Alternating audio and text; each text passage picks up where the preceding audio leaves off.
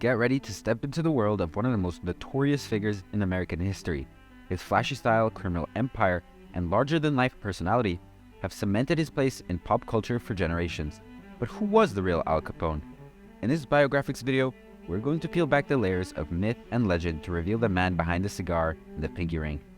From his humble beginnings to his rise as a crime boss, we'll explore the life of a complex and ruthless figure who left an incredible mark on American history. So buckle up and get ready to uncover the true story of Al Capone. This man was truly unforgettable, with an extravagant persona that included a cigar and pinky ring worth $50,000. Despite weighing over 250 pounds, he moved with amazing speed and force. He stood out with his unique style, custom-made purple suits, pearl gray fedoras, and diamond-studded stick pens. The two scars on his left cheek seemed to contrast with his endearing smile, and his contrast need for attention led him to crave adoration from those around him.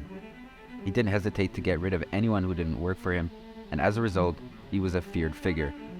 This man was none other than Al Capone, who has become the face of American corruption and greed during the 1920s and 30s. With their two sons, including a newborn Gabriel and Teresa Capone, made the daring journey from Sicily to New York in 1894. Near the Brooklyn Navy Yard where Gabriel worked as a barber, they made their home in a 4-room apartment. Although they were law-abiding and diligent citizens, they encountered prejudice because Italian immigrants were held responsible for the city's rising crime rates. Their fourth son, Alphonse, showed signs of toughness and bravado by the age of 10, traits he carried into adulthood. At the age of 14, he started the Navy Street gang to defend Italian women from Irish neighbors who harassed them. He was expelled from school after punching a female teacher in the face while claiming that she had struck him first. The Capones eventually settled in a middle-class neighborhood with room for upward mobility, but Alphonse wanted to live among the wealthy local higher up the hill, including the Rockefellers. Al had a reputation for being local tough at the age of 19, skilled at taking down opponents with both his bare hands and weapons. On December 30th, 1918, shortly after the birth of their son Albert, he married the maid, Colin, who was 2 years older. Al decided to leave his bad habits behind and start a new life in Baltimore as a bookie in order to give his family a better life. He was drawn back into gang life, though, by the sudden death of his father and the need to provide for his family. While Al was away, the gang he had cut ties with had evolved into a branch of the Manhattan Five Points gang, led by Johnny Torrio. Al was given the opportunity to work as a collector by Torrio, who later elevated him to the position of the head bouncer and bartender at the Harvard Inn in Coney Island. Al received his infamous moniker, Scarface, thereafter being cut in the face with a bottle opener by the brother of a customer. Al was accused of being involved in several murders while he was living in Baltimore, including the slayings of a prostitute and a friend who owed him money. Al was summoned to a meeting with Lucky Luciano, a crucial gang member, to discuss the situation after these rumors drew unwanted police attention. Al was given an envelope containing $2,000, roughly $25,000 today, which Luciano instructed him to leave town with right away. He gave Al instructions to travel to Chicago from Grand Central Station. Al arrived in Chicago in 1921 after leaving his wife in Brooklyn. Al was given the responsibility of becoming the head bouncer and bartender at the Four Deuces, a 4-story structure that had served as John Torrio's headquarters and contained a saloon and a brothel. Syphilis was acquired by Al as a result of his sexual activities. Al was instrumental in sending people that Torrio wanted to get rid of, and after a year of success, he was made a partner, sharing the $100,000 yearly profits.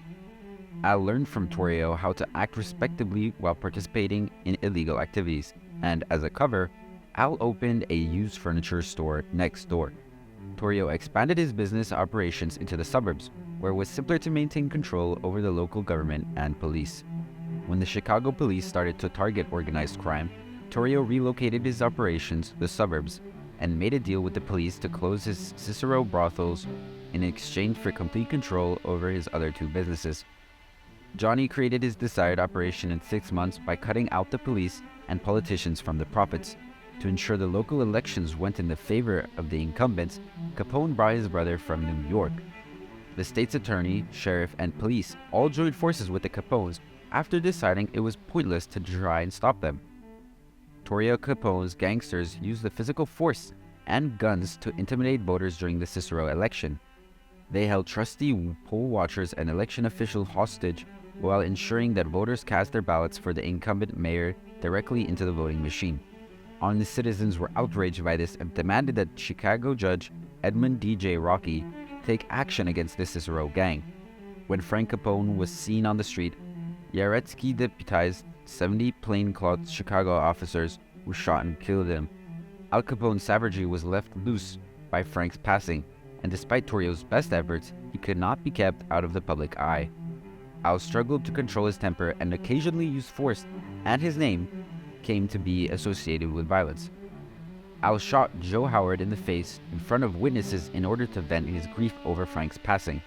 He was never found guilty of the murder, but it was the start of a public persona. Later, rival gang members ambushed Johnny Torrio, who was sentenced to 9 months in jail. He gave Capone control of the situation before leaving. Capone took over a well-organized undercover operation in Cicero, where non-compliant business owners were penalized with higher taxes and lost parking spaces in front of their establishments. The Genna gang, who were a major source of alcohol for Capone's organization, had to be defeated before Capone could attack Chicago's north side. 3 brothers were killed when the Genna gang tried to take over Al Capone's empire, and the other brothers fled to Sicily as a result. Capone dealt with the O'Banion gang as well, and following a failed assassination attempt on him, he gave the order to kill their leaders, Vice. After taking over from Vice and attacking Capone's business, Bugs Morin, Capone decided to order a massive hit on Warren's warehouse on Valentine's Day. Warren survived, but Capone swept aside rivals on Chicago's north and south sides to establish himself as the undisputed ruler of the metropolis. Capone, however, was forced to hand over control of his gambling operations to the Commission after they decided to neutralize him. Capone followed the Commission's advice to keep a low profile, and, shortly after, he was detained for carrying a concealed weapon. When he was released from prison after serving 8 months, he discovered that the federal government viewed him as a threat to society and was determined to put him behind bars. Elliot Ness and his untouchable tried to stop Capone from selling alcohol in violation of the Volstead Act, but they were unsuccessful. The FBI ultimately determined that charging Capone with tax evasion was the best course of action after carefully weighing their options. Capone was used to applaud at public events, but as the government pursued charges against him for failing to pay income tax, he was now met with jeers from the crowds. Even his typical strategies for influencing trial results were no longer successful. While Capone was successful in buying off a few jurors, the judge eventually changed the trial jury panel on the day of trial and sequestered 4 jurors out of Capone's reach.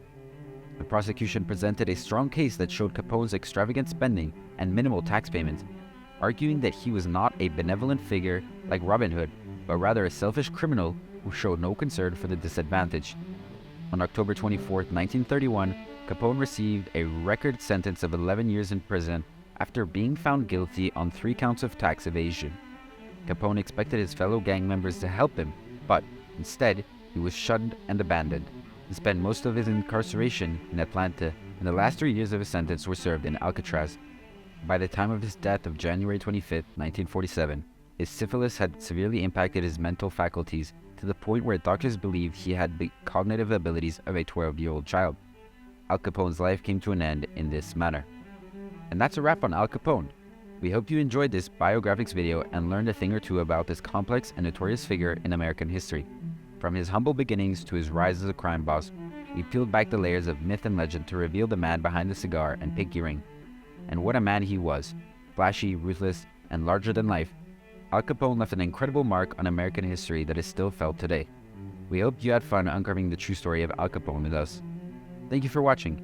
If you enjoyed this video, don't forget to give it a thumbs up and subscribe to our channel. Thanks for watching, we'll see you at the next one.